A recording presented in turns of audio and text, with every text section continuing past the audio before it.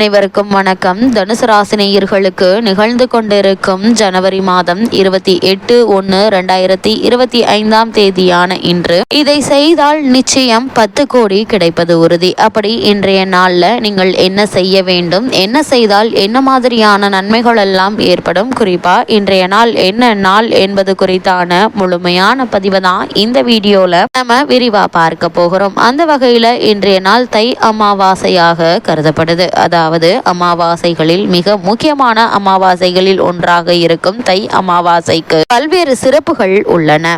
முன்னோர்கள் வழிபாட்டிற்கு மிகவும் ஏற்ற இந்த தை அமாவாசை சிவ வழிபாட்டிற்கும் ஏற்றதாக அமைகிறது.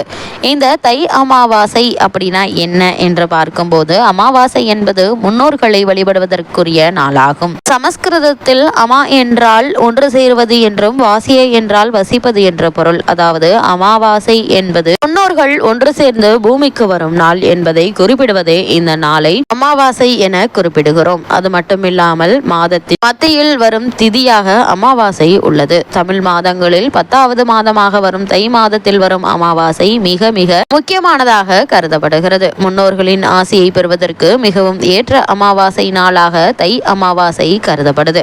பித்ருதோஷம் நீங்கி ஆரோக்கியம், செல்வம், வெற்றி, மகிழ்ச்சி, அமைதி ஆகியவை கிடைப்பதற்கு வழிபட வேண்டிய நாளாகவும் இந்த தை அமாவாசை கருதப்படுது.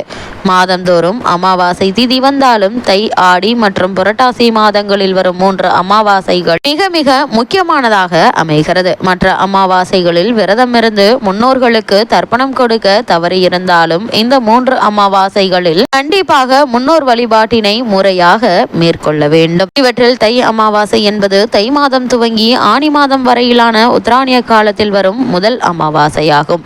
பித்ருதோஷம், பித்ரு சாபம் நீங்க வேண்டும் என்பவர்கள் தை அமாவாசையில் முன்னோர் வழிபாட்டினை தவறாமல் மேற்கொள்ள வேண்டும். முன்னோர்களுக்கு தர்ப்பணம் கொடுக்க காரணம் என்ன என்று பார்க்கும்போது, ஒருவர் இறந்த பிறகு அவரது ஆன்மாவானது உடலில் இருந்து பிரிந்து பரலோக பயணத்தை துவங்குகிறது.